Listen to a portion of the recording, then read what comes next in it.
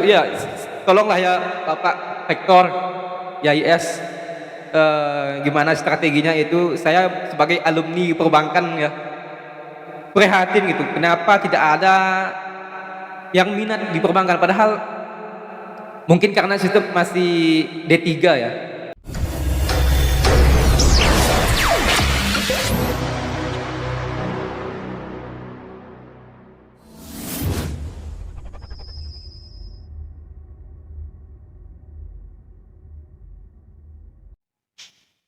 Welcome back to my channel, menggali nilai fundamental dan dikonversikan di dalam nilai praktis. Kita kedatangan tamu, seorang akademisi, alumni dari SMA Negeri 1 Tebas dan alumni dari Institut Agama Islam Sultan Muhammad Syafiuddin Sambas. Oke, Sony, apa kabar Son? Alhamdulillah baik. Sudah berapa tahun tamat dari SMA maupun kuliah? Kalau riwayat pendidikan, tamat SMA itu tahun 2019, kemudian melanjutkan ke Institut Agama Islam Sultan Muhammad Syafiuddin Sambas, kemudian lulus wisuda dari YIS itu tahun lalu, tahun 2022, tepatnya tanggal 22 Juni 2022. Tahun lalu. Iya. Sekarang Sony bagaimana keadaannya sekarang? Udah bekerja ataupun sedang mencari pekerjaan ataupun sedang merintis suatu karya? Untuk keadaan saat ini kebetulan sudah bekerja di sekolah negeri SMK sebagai operator sekolah, kemudian ada juga membuka sebuah usaha kecil-kecilan di rumah, usaha percetakan gitu. Usaha percetakan? Iya, percetakan, fotokopi, press, segala macam. Oke, di usaha Sony itu, di usaha percetakan itu, Sony itu bisa menerima jasa apa saja? Untuk jasa, nanti sekalian promo ya kawan-kawan. Untuk jasa di percetakan saya itu percetakan rumahan dan editing. Saya menerima jasa pertama itu kalau umumnya print, fotokopi, kemudian press, cetak foto, undangan, sertifikat dan lain-lain lah ya, untuk keperluan organisasi dan segala macam. Oke, jadi teman-teman nanti kalau mau menggunakan jasa Sony, tulis nanti alamatnya di mana dan apa nama tempat beliau. Oke, sekarang Son, yang ingin saya tanyakan tuh, Sony itu lulusan dari perbankan, betul kan? Ya betul. Perbankan, tetapi dalam nilai praksisnya itu Sony itu bekerja sebagai desain grafis. Itu gimana bisa Son? Kok beda antara kejuruan serta yang dipraktekkan di lapangan tuh, di dunia kerja khususnya? Itu bisa karena ya gimana ya, seperti air yang mengalir, tidak juga direncanakan akan menjadi seperti ini. Itu karena bakat ataupun hobi mengedit, mendesain itu udah dimulai dari sejak SMA. Kemudian yang jadi banyak pertanyaan dari masyarakat itu adalah mengapa tidak mengambil jurusan multimedia ataupun informatika. Itu paling banyak ditanyakan karena itu yang sesuai dengan hobi saya. Tapi kalau menurut saya ya, pendidikan itu tidak menjamin untuk kita depannya itu jadi apa. Nah, mengapa saya mengambil perbankan? Karena saya ingin tahu bagaimana sih di dalam dunia perbankan itu, apakah betul-betul itu sistemnya haram dan segala macam. Kebetulan jurusan saya kan perbankan syariah yang mana itu masih tabu di masyarakat, masih belum bisa membedakan mana sih bedanya bank syariah dan bank konvensional. Nah, tujuan saya seperti itu. Kemudian ketika lulus, ekspektasi saya untuk mendakwahkan apa sih itu bank syariah itu. Tapi hobi tetap mendesain, edit segala macam. Saya gak masalah kalau misalkan tidak sesuai dengan jurusan dan segala macam, itu karena skill itulah yang diperlukan, bukan hanya apa ya, pendidikan S1, S2, S3 itu hanya di atas kertas, tapi kalau misalkan skillnya tidak sesuai dengan apa yang tertulis di ijazah, itu kayaknya saya rasa masih kurang lah, karena di era sekarang itu memang skill yang diperlukan. Oke, dengar tuh teman-teman, jadikan pelajaran di masa lalu, lakukan hari ini serta impikan di hari esok. Oke, selanjutnya tuh eh, ketika mau masuk ke jurusan perbankan tuh khususnya Sony itu ingin masuk di situ, apakah reasoningnya itu apa? Alasannya itu apakah ikut-ikutan, follow temannya, ataupun dari hati nurani, ataupun hanya karena kurios atau suatu penasaran? Seperti yang saya sampaikan tadi, sebenarnya saya masuk di jurusan perbankan itu memang murni untuk mengetahui ilmu-ilmu perbankan. Ilmu perbankan itu bagaimana sih? Karena bank syariah itu kan tentunya kita di khususnya Kabupaten Sambas itu, kalau bank syariah itu baru ada dua. Bank syariah induk baru ada BSI, kemudian bank syariah yang cabang itu baru ada satu, yaitu ada dua, Bank Kalbak Syariah sama Bank Mandiri Syariah. Nah, jadi tujuan saya kuliah perbankan untuk itulah, mengetahui sistemnya bagaimana, apa sih bedanya dengan bank-bank pada umumnya. Karena bank ini banyak perdebatan, dari khususnya kami waktu sekolah itu banyak yang berdebat tentang bahwa menabung di bank itu haram, meminjam duit di bank itu haram. Semuanya seperti diharamkan. Sampai-sampai yang jadi satpam di bank itu pun gajinya haram. Banyak perdebatan seperti itu. Jadi saya masuk jurusan perbankan syariah untuk mengetahui itu semuanya, untuk belajar tentang itu, walaupun lulusnya tidak menjadi pegawai bank. Ya, korelasinya itu saya tuh pernah baca satu kisah menarik tuh di masa lalu tuh, ada seorang kepala pimpinan cabang kan, Iya. yang ada di Jakarta tuh, ketika dia meninggal dunia, dia tuh semasa hidupnya itu terkenal dengan orang yang taat beragama, tuh, religius. Dia itu sering bersedekah, rajin bersedekah, kata orang-orang saksi hidup beliau tuh rajin berpuasa sunnah, rajin sholat tahajud dan sebagainya. Tetapi ketika datang kematian, ketika beliau selesai dimakamkan itu, dan terjadi itu pembongkaran makam, hanya berjarak 5 menit dari pemakaman beliau. Itu karena mendapatkan komplain dari seseorang. Komplain karena lahan tersebut itu sebetulnya sudah dimiliki orang lain, tetapi entah karena apa keluarga dari seorang pimpinan ini langsung menanamnya, karena mungkin jaraknya itu yang berdekatan. Dan keluarga lain itu komplain, katanya bongkar tuh, kami tidak terima kau keluargamu dimakamkan di situ, bongkar. Oke. Dan keluarga itu pun mengalah, kan langsung dibongkar tuh. Dan apa yang terjadi? Ternyata baru berjarak 5 menit jasadnya itu hangus kan. Dan orang-orang pada saat itu heran, dan ini real nyata.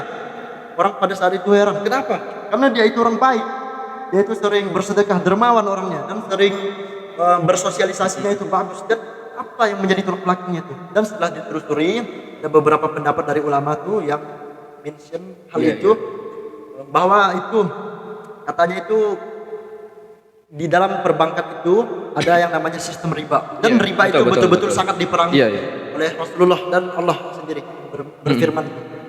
Kan gitu kan. Bagaimana menurut Sony itu akan peristiwa tersebut? Ya, kalau menurut saya memang hukuman Allah itu kan nyata ya. Apalagi kalau terkait masalah riba segala macam itu kan memang sangat diharamkan. Karena sudah jelaskan bahwa Allah itu mengharamkan riba dan menghalalkan jual beli. Itulah bedanya antara bank syariah dan bank konvensional. Kalau di bank konvensional itu memang sistemnya adalah riba. Dia ada bunga itu adalah riba. Sedangkan di bank syariah itu kan dia menggunakan sistem bagi hasil atau nisbah. Itulah yang membedakan. Memang agak tipis-tipis. Antara bank konvensional dan bank syariah, tapi ada satu yang menyebabkan di bank syariah itu menjadi halal, yaitu ada akad. Ada akad di awal. Sama ibaratkan kalau kita menikah, itu kan hanya sebuah ucapan. Akad itulah sebuah ucapan, tapi itulah yang menyebabkan menjadi halal. Tanpa akad itu pun, kalau kita menikah tanpa akad, ya mau gimana tetap haram. Sama juga di itu namanya di produk perbankan syariah itu ada namanya akad, itulah menyebabkan jadi boleh. Contoh misalnya ini adalah satu produk yang memang saya suka teorinya. Ada namanya produk akad murabahah, yaitu akad jual beli. Di Sambas sepertinya belum ada, karena waktu itu saya meneliti, itu memang ingin meneliti tentang akad murabahah, tapi di Sambas masih belum ada produk. Jadi murabahah itu sistemnya sama seperti kredit, tapi bukan kredit. Nah, di garis bawahi, sistemnya sama seperti kredit, tapi bukan kredit. Karena murabahah itu ibaratkan kita kalau ingin membeli motor, kita nggak ada duit mau beli cash, kita datang ke bank. Kalau kita datang ke bank konvensional, itu pasti kita dipinjamin duit tuh, kan? Pinjamin duit, lalu kita beli motor, seperti itu. Itulah yang nggak boleh, itu ada ribanya. Lalu bagaimana kalau bank syariah? Kalau di bank syariah, kalau kita datang ke bank, kita berkoordinasi dengan pihak bank bahwa kita ingin membeli motor. Anggap harga motornya itu 10 juta kan, 10 juta. Kemudian pihak bank akan mencarikan motor tersebut, ibaratnya membelikan motor tersebut dengan harga 10 juta. Kemudian disitulah terjadi kesepakatan nanti untuk penentuan nisbahnya. Misal dari pihak bank menawarkan, oh ini motor kami jual dengan 12 juta, apakah Anda setuju? Seperti itu kan. Lalu kemudian keduanya sudah setuju, sudah sepakat. Nah, tinggal penentuan berapa jangka untuk menyicil. Nah, itulah yang saya katakan sama seperti kredit tapi bukan kredit. Kan ada nyicil tiap bulan, itu ada. Bedanya ada tadi akad di awal tadi itu. Perbedaan akad itu mempengaruhi teknikal di dalam lapangan, ya, menentukan haram atau halalnya itu suatu produk ciptaan dari bank itu sendiri. Oke. Saya rasa itu jelas. Kita balik lagi ke yang ini, yang saya penasaran nih. Bagaimana tuh Sony belajar desain grafis tuh, desain maupun mengedit video. Apakah itu dipelajari melalui seorang guru, melalui kursus, atau belajar secara otodidak? Jelaskan. Kalau terkait desain grafis, editing, itu sebenarnya tuntutan organisasi. Jadi ini jujur ya, kawan-kawan, waktu SMA itu saya itu gaptek asli. Mau buka laptop itu aja nggak tahu itu tombolnya di mana, itu nggak tahu. Gaptek sekali masuk kuliah, masuk organisasi. Kebetulan saya kader pergerakan mahasiswa Islam Indonesia PMI. Sahabat-sahabat yang ada di sana, salam pergerakan. Bukan PMI, saya di bidang komunikasi informasi. Nah, di situ tuntutan itulah yang harus harus mengedit foto, video, dan segala macam. Jadi mau nggak mau harus belajar. Dan belajarnya di mana? Bukan dari guru, dari YouTube ya. Jadi benar-benar pure dari YouTube. Semua dari YouTube, dari nol belajar editing, belajar desain. Karena saya ada tipikal orang yang kalau misalkan sebenarnya nggak mau belajar, saya emang malas mau belajar, tapi ketika ada suatu tantangan dan tanggung jawab, itu saya gigih mau belajar gitu. Bagaimanapun ini harus selesai. Tapi tipikal saya itu ketika udah tahu, udah pandai, itu bosan. Nah gitu tipikal saya. Jadi kalau udah tahu editing, udah tahu desain, udah sampai itu aja, kemudian belajar yang lain lagi gitu. Jadi itulah awal mula saya menekuni bidang desain grafis itu gara-gara organisasi sebenarnya. Oke, dari experience yang Sony sampaikan tuh saya teringat satu buku yang saya baca tuh, karya James Clear, judulnya tuh Atomic Habit, bukan? Pada tahun 1898 itu diteliti bagaimana kita tuh manusia itu habit atau kebiasaan itu terciptakan, diuji dengan animals atau binatang. Itu objek percobaan itu kucing itu ditaruh di satu ruangan, di satu kotak, dan itu ada kayak tuas di dalamnya. Apabila tuas itu disentuh, maka kotak tersebut akan terbuka dan dimasukkanlah kucing tersebut ke dalamnya. Habis itu apa yang terjadi? Di percobaan pertama, satu percobaan itu kira-kira waktunya itu 15 menit. Dan kucing diberi waktu 15 menit, dan di percobaan pertama kucing itu mampu menyentuh tuas tersebut tanpa sengaja di detik ke 90. Dan Di awal-awal tuh kucing itu rata-ratanya itu sekitar 1 menitan ya baru bisa membuka kos tersebut. Tetapi kucing tersebut ketika itu percobaannya itu sekitar 30 kali, 20 sampai 30 kali itu dalam buku itu.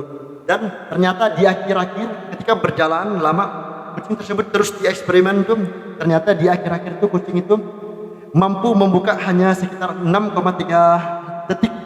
Berarti apa perbedaannya di situ?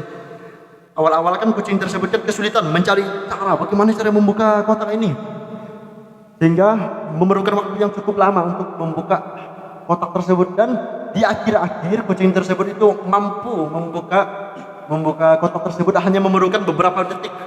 Dan itu berkorelasi dengan lalu James Clear itu memberikan pernyataan bahwa pertama itu kan tahapnya itu kucing tersebut mula-mula tidak terbiasa kan dengan habitnya. Dengan yang pertama dia ada cenderung kesulitan atau berada di tahap kebingungan, gimana caranya menyelesaikan masalahnya nih, solving problemnya nih, gimana caranya. Dan ketika terus dilakukan itu ternyata kucing tersebut malahan lebih mudah untuk paham atau bagaimana cara membuka kotak tersebut. Dan itu saya menangkap 4 poin. Yang pertama, menemukan ide atau tujuan. Berarti tahap kita untuk membentuk habit atau kebiasaan itu ada 4. Yang pertama itu menemukan ide atau tujuan dari kebingungan kita. Yang kedua, menimbulkan gairah, semangat kan. Habis itu yang ketiga, bagaimana cara respon kita menanggapi hal tersebut, apakah kita kebingungan atau kita kesulitan itu. Dan yang keempat, reward. Dan ini poin yang keempat, reward. Mungkinkah Sony udah berada di tahap reward dari hobi atau habitnya itu? Saya rasa masih belum. Kalau untuk reward masih jauh baik kata reward sebenarnya. Masih jauh. Masih apa namanya? Masih tahap belajar. Tahap belajar. Iya, tapi sedikit banyaknya kan. Yang pertama kan pasti Sony kan ketika belajar pertama kali itu kan pasti kebingungan kan. Gimana nih cara ngeditnya nih? Sulit nih. Mesti cari berbagai referensi itu. Habis itu kan kedua kan timbul gairah, semangat. Ketika dah menemukan solusi pasti timbul semangat tuh. Oh, ini mudah nih, dan ingin memperdalam ini hal tersebut. Dan yang ketiga itu kan bagaimana tanggapan Sony kan, apakah senang atau menjadi suatu kebiasaan. Dan yang keempat itu reward atau penghasilan. Saya rasa itu Sony sedikit banyaknya itu menghasilkan penghasilan dari sebetulnya hal yang disenangi kan. Iya, penghasilan, tapi itu kalau orang memandangnya sih sebenarnya reward, tapi kalau bagi saya itu bukan reward sebenarnya. Lalu, itu hanya apa ya? Reward itu pun bonus kan, hasil dari apa yang kita kerjakan kan. Tapi kalau saya menganggapnya itu adalah apa ya? Biasa aja sih sebenarnya, bukan reward. Saya nggak pernah menganggap suatu hasil itu sebagai reward, karena saya gimana ya menjelaskannya? Intinya saya menganggap itu bukan sebuah reward, karena saya masih belum merasa. Mungkin kalau saya udah profesional, udah menjadi seorang desainer grafis yang udah terkenal ke seluruh dunia, itu mungkin bisa dikatakan sebuah reward. Sony itu menganggap itu bukan suatu reward, bukan. tapi menganggapnya suatu responsibility, sesuatu yang harus dipertanggungjawabkan atas dasar hobi atau kesenangan. Oke, itu berkorelasi dengan dunia pendidikan. Apakah dunia pendidikan sekarang ketika kita memilih suatu jurusan, apakah menjamin kita akan bekerja sesuai dengan bidang apa yang kita senangi di konsep awal atau premis awal yang kita menjadikan tujuan? Itu sebenarnya tergantung hoki sih. Tergantung hoki. Tidak mesti harus, kalau misalkan kuliah di perbankan harus kerja sebagai pegawai bank atau tidak. Karena dari syarat untuk masuk ke mahasiswa perbankan itu kan tinggi badan itu tidak ditentukan. Mau yang pendek itu pun bisa masuk. Nah, kalau seandainya dia bercita-cita jadi pegawai bank dengan tinggi badan misalkan di bawah rata-rata, itu gak bakal bisa masuk kecuali ada orang dalam. Jadi tidak sih kalau menurut saya, itu tergantung hoki aja sih. Kalau kuliah di guru itu tergantung diri lagi. Kalau misalkan bersungguh-sungguh di bidang itu, misalkan jadi kuliah di guru, ya bersungguh-sungguhlah untuk jadi guru, itu pasti akan jadi guru. Tapi kalau seandainya dia kuliah di keguruan, kemudian punya hobi di bidang lain, silakan ikuti hobinya aja. Karena bekerja sesuai dengan hobi itu sangat menyenangkan. sangat menyenangkan. Oke, Bekerja itu sesuai hobi. saya setuju tuh. Iya. Bekerja sesuai hobi itu sangat menyenangkan. Uh, Work with your hobby, it's fun, that's right. Begitu ya. Yes. Dan um, korelasinya antara pendidikan tidak semestinya harus kita itu menjadi apa yang kita pilih di dasar awal pemikiran kita. Iya. Dan itu mungkin ada faktor luck. Berarti orang zaman dahulu tuh di tahun 2000-an ke bawah itu menganggap bahwa suatu pekerjaan itu didapatkan dengan doa dan ikhtiar. Sekarang adanya orang dalam, gitu kan? Betul. Faktor begitu. Oke. Dan sekarang kita kembali kepada sistem proses menuju dunia kerja, Iya. yaitu dunia perkuliahan. Ini menarik nih. Di perkuliahan itu kerap terjadi perpeloncoan dan ada pemisahan kasta antara kaum proletar, buruh, orang yang disuruh-suruh, serta bourgeois, orang yang berkuasa atau yang disebut senior. Iya, Gitu kan? iya. Bagaimana Sony menanggapi hal tersebut? Apakah sebagai pihak yang mendukung atau pro, atau pihak yang menentang atau oposal? Bagaimana tuh Son? Kalau saya terkait dengan pelonco segala macam, saya tidak setuju ya ada sistem pelonco segala macam, karena orangnya dari SMA mau kuliah itu kan mau mencari ilmu. Ketika di awal sudah bahasanya dibantai lah itu ya. Dulu zaman kami itu namanya PBAK ya, kalau di IAIS itu PBAK. Dan kebetulan saya pun ketika jadi senior pun jadi panitia PBAK juga. Dan saya tahu seluk-beluk ospek itu seperti apa ya. Sistemnya bagaimana. Saya memang orang yang tidak setuju lah kalau sistem ospek itu masih diadakan, karena itu sebenarnya bukan untuk menguji mental. Karena apa ya? Kalau memang betul-betul menguji mental, selama ospek itu seharusnya tidak ada yang cengenges lah gitulah. Ini senior kebanyakan yang jadi panitia itu memang di depan mahasiswa baru itu kan seperti garang-garangnya ya. Garang-garangnya. Tapi ketika udah di luar itu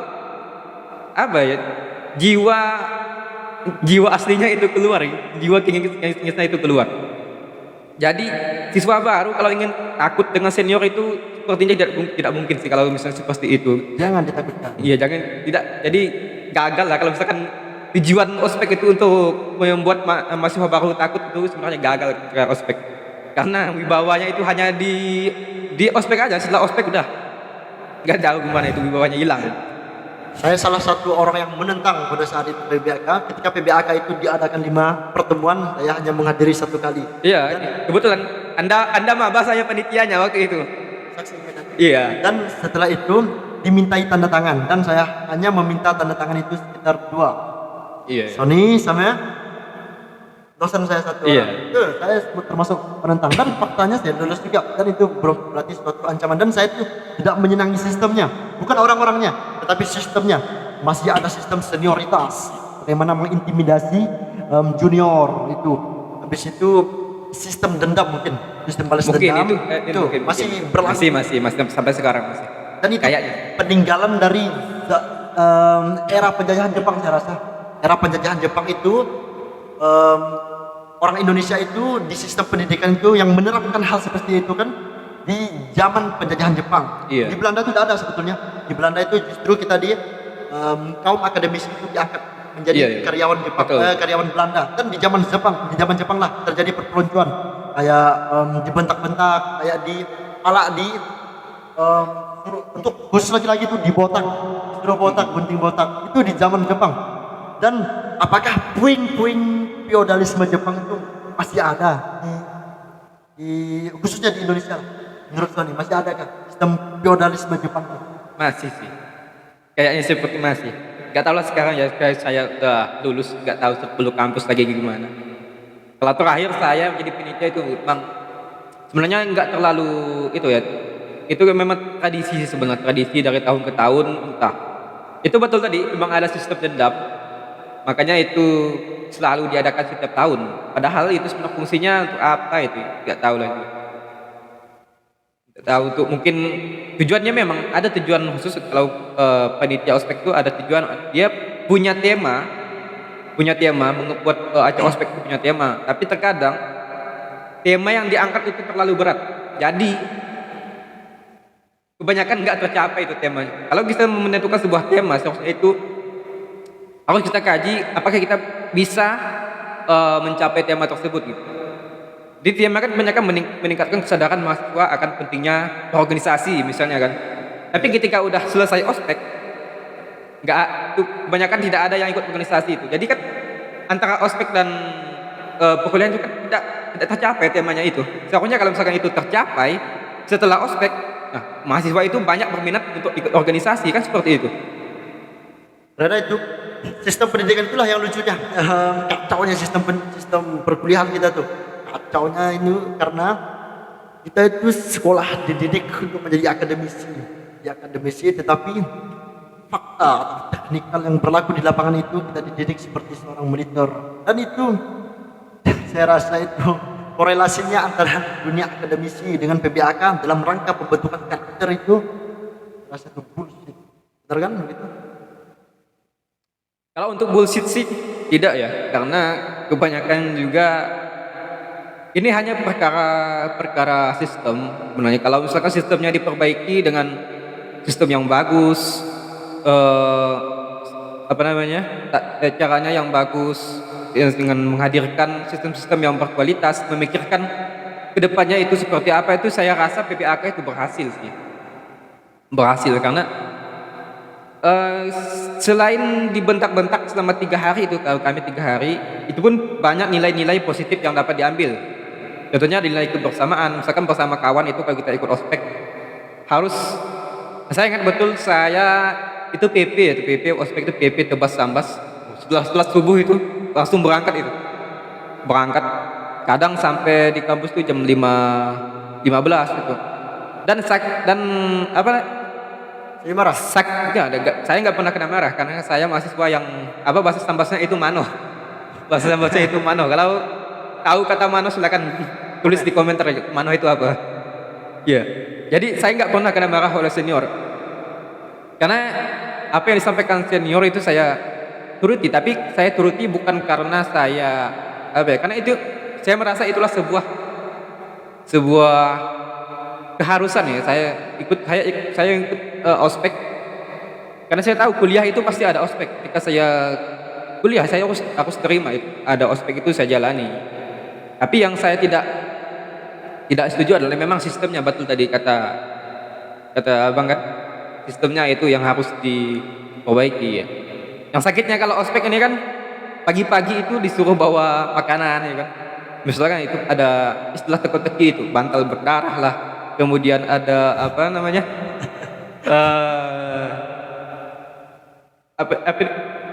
kue bolong, pokoknya istilah itulah yang membuat ya bingung juga gitu kan. Kalau salah bawa habis itu kena hukum senior itu.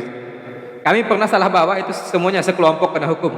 Nah itulah yang nilai yang dapat saya kutip, nilai positifnya adalah nilai kebersamaan tadi. Jika satu orang salah semuanya dihukum. Nilai positifnya kebersamaan. Iya, kebersamaan. Nilai negatifnya masih mengikut feodalisme Jepang. Iya, sebenarnya sistemnya itulah yang harus diperbagus. Berhasil itu sebenarnya kalau mau menanamkan nilai-nilai. Itu kan sebenarnya nilai militer itu kan, dibentak-bentak pagi-pagi itu kan nilai militer. Militer. Cuman militernya itu setengah-setengah. Pokoknya kalau bukan militer itu undanglah tentara untuk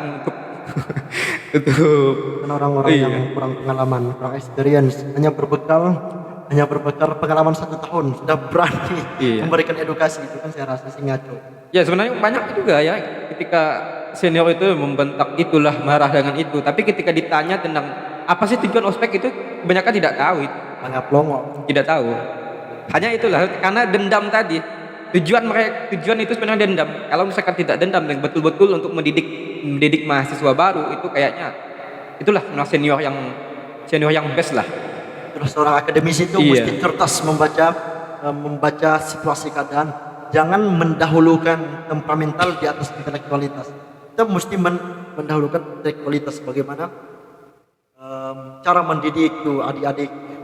Baru temperamen itu di belakang. Ini kan mendahulukan emosional Iya. atau temperamen, baru intelektualitas itu bermain di belakang. Ini saya rasa itulah yang salah satu kekacauannya. Saya rasa cukup untuk perspektif kan, berarti kesimpulan kita itu tentang kuliah itu penting, tetapi tidak Penting, cukup. penting. Tetapi tidak cukup. Oke. Sekarang mungkin topik terakhir pertanyaan saya, generasi Z khususnya di zaman sekarang tuh sangat terpapar virus kecemasan, terpapar virus ketidakpercayaan diri. Apa yang menyebabkan hal tersebut menurut Sony? Ya, generasi sekarang tuh Iya, iya. rentan terkena stres, kan? Iya. Stres, depresi, cemas, memikirkan masa depan, serta kurangnya percaya diri dalam menghadapi dunia Iya. yang saya rasa bersirkulasi dengan kehidupan ini. Iya, iya. Itu kalau menurut saya itu sebenarnya tergantung ke diri masing-masing, karena setiap orang ini kan punya kemampuan yang berbeda-beda ya. Banyak juga yang sebenarnya tidak banyak juga yang tidak seperti itu. Termasuk saya tidak, sama sekali tidak ada rasa cemas itu tidak ada kan. Sebenarnya tergantung itulah. Tergantung banyak di luar konteks saya. Oke, gini kesimpulannya. Saya mengutip dari seorang filsuf, Paulus Aquinas itu pernah mengatakan gini. Mungkin Sony pun setuju dengan pendapatnya ini. Masa lalu dikenang sebagai suatu ingatan. Masa sekarang itu pemandangan. Iya. Atau yang mesti kita jalani dengan penuh sukacita. Dan masa depan itu digantungkan sebagai harapan. Gitu kan? Iya, iya. Rasa demikian cukup. Terima kasih atas penjabaran dan panjang lebar itu kan. Maaflah jika terjadi pembahasan yang cukup panjang dan lebar. Karena panjang kali lebar itu sama dengan luas pembahasan. Betul. Luas. Gitu kan? Kan? Iya. Oke, saya rasa demikian. Terima kasih Iya. atas Sama-sama. berbagai perspektif atau pandangan dari Sony berkaitan dengan dunia akademisi itu banyak kita bahas, berkaitan dengan sosiologi, berkaitan dengan sistem yang ada di dalam sistem akademisi itu, di dalam dunia akademisi, dan macam-macam tadi kan. Iya, iya. Backgroundnya, bagaimana menentukan fokus kita untuk dapat mengarungi kehidupan ini dengan hal yang sebaik-baiknya. Saya rasa demikian. Terima kasih untuk pemirsa yang telah setia menyaksikan podcast ini, dan mungkin sebaiknya untuk mendinginkan kepala kita yang panas itu sebaiknya disiram dengan air, dan sebaiknya kita minum dulu. Boleh, silakan. Basah. Kalau disiram itu basah. Siram otakmu dengan air. Tidak ada sponsor ya guys. Silakan kalau ada sponsor yang mau masuk, kami terbuka. Iya, produk lokal lah, terutama itu produk Aqua dari Singkawang. Mau masuk silakan. Ya. Oke.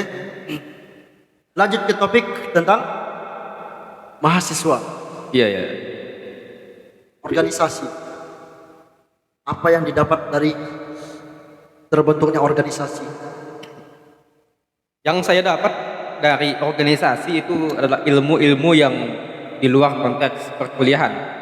Seperti kalau di perkuliahan itu kan belajar tentang dasar-dasar perbankan, khususnya saya di jurusan perbankan ya, dasar-dasar perbankan, kemudian hukum dari perbankan, produk-produk perbankan, bedanya perbankan. Nah, kalau di organisasi itu saya tidak belajar tentang perbankan tentunya. Belajar tentang nilai solidaritas sesama pengurus, kemudian belajar tentang sistem administrasi dari organisasi, mengenal dengan struktur organisasi itu. Itulah ilmu dari organisasi itu ya, memang nyata di dunia kerja ya. Karena model atau sistem dari organisasi itu ibaratkan miniatur sebuah lembaga ya. Contoh kalau di kampus itu kan dari organisasi terbawah itu ada namanya UKM, kemudian ada di jurusan itu ada Hima Prodi ya kalau dia IS, kemudian ada namanya BEM, BEM itu BEM fakultas dan BEM institut. Itu kan kalau hima prodi itu diibaratkan bupati. Kalau BEM fakultas itu ibaratkan gubernur kan pemerintahan, dan BEM institut itu ada presiden. Makanya ada namanya presiden mahasiswa. Kan gitu ya. Jadi saya kalau menurut saya kalau hanya kuliah pulang, kalau tidak ada aktivitas lain itu, saya rasa kalau bahasa Sambas nih ya, merusak sama dengan mubazir waktu itu. Boros umur. Iya. Kecuali kalau misalkan itu dia kuliah sambil kerja, atau kuliah memang betul-betul kuliah, balik dari kuliah entah itu belajar di lain lagi, itu bagus. Tapi ini yang saya maksud ada kuliah pulang adalah mahasiswa yang memang betul-betul kuliah, pulang tidur gitu. Tidak ada aktivitas lagi selain kuliah. Nah, itu saya rasa mubazir. Karena ilmu itu bisa didapat dari mana saja. Sebetulnya kalau tidak kuliah pun kita bisa belajar, karena sudah banyak dari media-media lain seperti Google segala macam. Cuman kita kan perlu yang namanya penengah. Itulah fungsi dosen sebagai penengah, sebagai pelurus. Makanya kita disuruh kadang-kadang diberi topik, bahas ini. Dosen itu sebenarnya meluruskan, bukan malah terkadang kebanyakan dosen itu juga ngikut itu, mahasiswanya salah pun diikut. Mahasiswa salah itu dia ikut juga. Itulah yang mungkin di Sambas ini tidak ada ya dosen seperti itu. Kalau di luar kemungkinan ada lah, kayaknya sih. Oke, kesimpulannya itu kan berarti ijazah itu tanda orang pernah pendidikan, iya. tapi bukan berarti tanda orang pernah berpikir. Iya, gitu kan? betul. Karena kita tuh dibentuk manusia itu, menurut John Dewey itu kan manusia itu adalah produk interaksi dengan alam. Iya. Berarti seberapa banyak kita berinteraksi dengan alam, itulah manusia menjadi satu karakter yang bisa menjadi edukator bagi lingkungan. Itu tersaji di dalam ilmu lingkungan itu kan. Dan kita balik lagi ke mahasiswa, itu kan mahasiswa sebetulnya adalah agent of change. Iya, betul. Agen perubahan. Agen perubahan, membawa perubahan. Dan faktanya tuh Son, lulusan dari universitas itu penyumbang nomor 3 pengangguran terbesar di Indonesia. Itu tidak ada korelasinya dengan agent of change. Itu gimana tuh Son? Iya, itulah makanya saya katakan tadi, kalau menjadi mahasiswa, jadilah yang betul-betul mahasiswa. Mahasiswa ini beda dengan siswa ya. Maha itu kan besar. Betul. Kalau kita siswa itu kan datang ke sekolah, guru menjelaskan, kita mendengar. Kalau mahasiswa datang ke kampus, kita yang menjelaskan, dosen yang mendengar, itu kebalikannya. Kita menjelaskan, kita bebas berpikir, mau salah, benar, itu kan nggak masalah. Yang penting kita berpikir, wawasan kita terasah, yang kita betul-betul kuliah. Jadi itu yang tadi yang banyak pengangguran itu berbanyaknya mahasiswa itu yang menjadi mahasiswa kupu-kupu itu, makanya banyak pengangguran ya. Karena kalau kuliah itu pun sebenarnya tidak menjamin masa depan kita bagus, karena banyak juga tamatan SD yang menjadi pengusaha. Bahkan yang tidak sekolah itu banyak yang menjadi orang kaya. Tergantung diri kita sebenarnya. Tapi kalau misalkan kita sudah memutuskan untuk kuliahlah sepenuhnya, karena kita kan kebanyakan kuliah itu memakai biaya dari orang tua. Kasihan kan kalau orang tua kalau tidak memanfaatkan biaya kuliah tersebut. Orang tua memberi harapan kita menjadi orang ya. Menjadi orang, bukan menjadi seorang pegawai, itu bukan. Tetapi menjadi orang. Orang yang dalam artian orang yang bermanfaat untuk orang lain. Kan seperti itu. Karena kalau ingin menjadi pegawai, saya rasa itu cita-cita orang zaman dulu itu. Betul. Jadi pegawai negeri ya, pengen cita-cita orang zaman dulu. Kalau zaman sekarang itu tidak lagi lah cita-cita seperti itu. Karena sudah era digital, banyak pekerjaan itu mudah. Di internet itu melonggok ya guys, melonggok itu di internet itu. Pekerjaan freelance itu semacam, kalau di kita hobi foto-foto, Daripada fotonya mubazir, mending kita jual. Ada situs, banyak situs yang untuk khusus menjual foto. Itu ada kan, dulu pernah viral itu si siapa ya, yang fotonya itu laku sampai bermiliaran itu. Saya lupa namanya.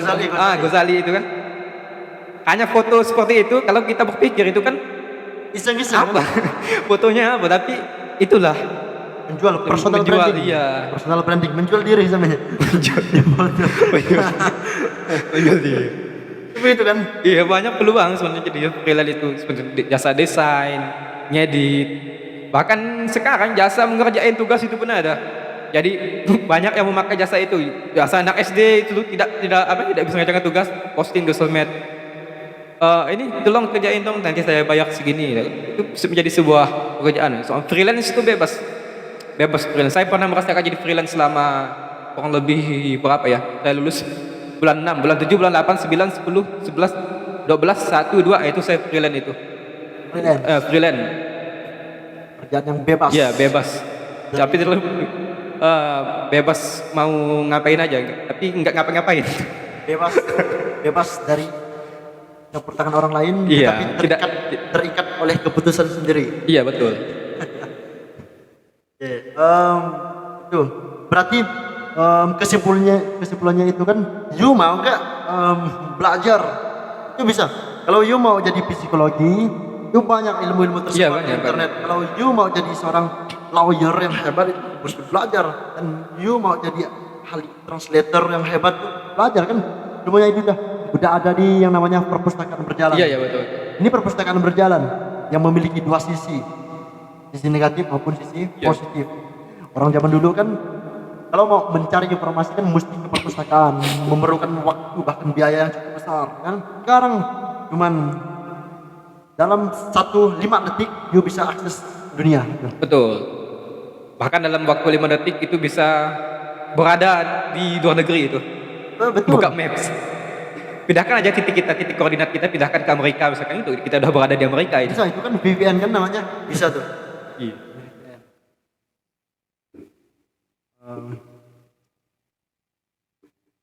Oke, saya rasa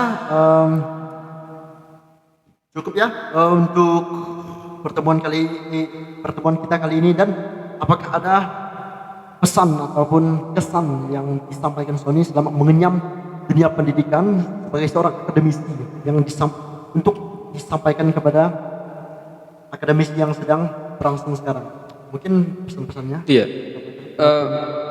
Pertama mungkin pesan untuk siswa, mungkin yang pertama yang masih khususnya di kelas 12 ini udah kelulusan ya, udah ya. Khususnya untuk yang udah baru lulus fresh graduate dari SMA itu, tentukan pilihan sesuai dengan hati ya. Jangan ada unsur keterpaksaan. Misalkan kalau memang ingin kuliah, memutuskan untuk kuliah, betul-betullah kuliah, jangan sampai putus tengah jalan nantinya.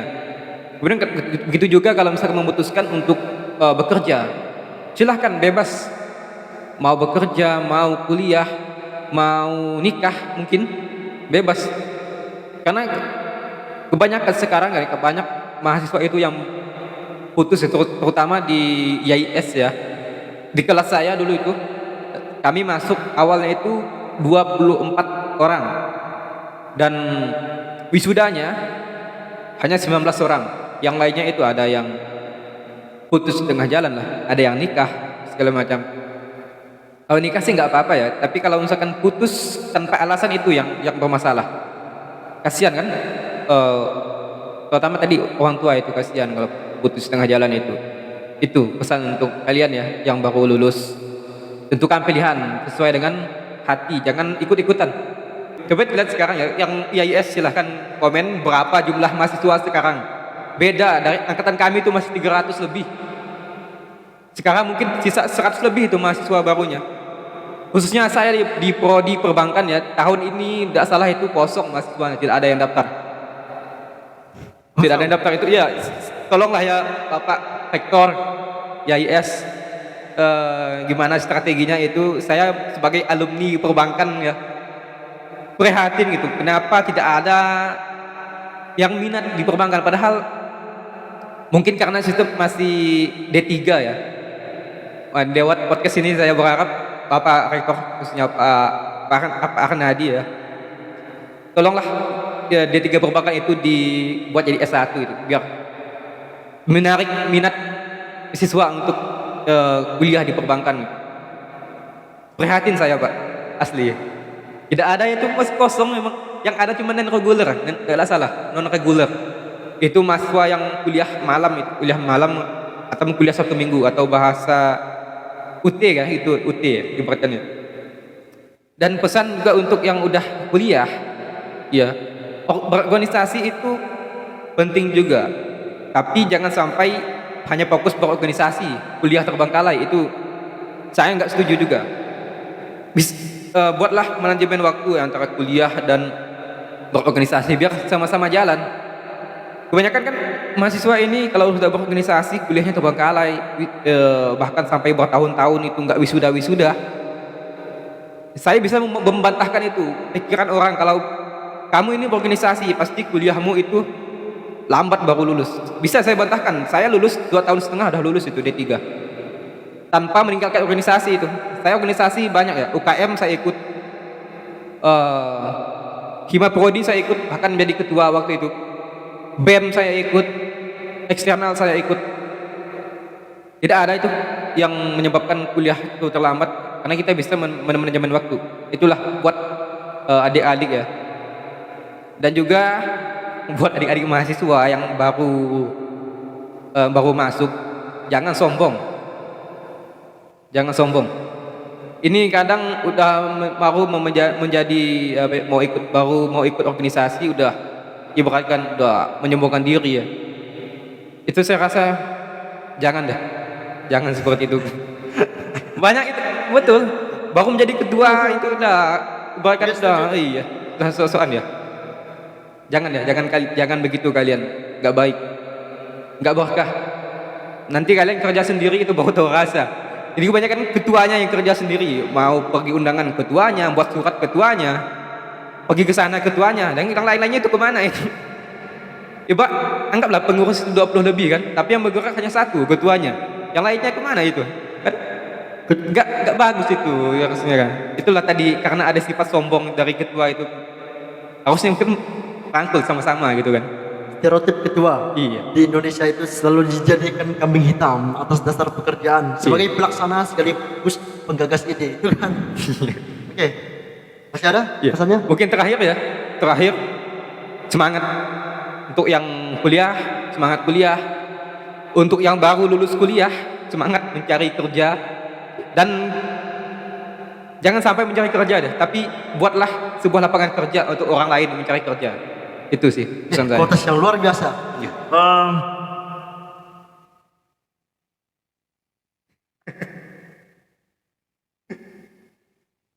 Maksudnya tadi dua aplaus dua tangan tadi.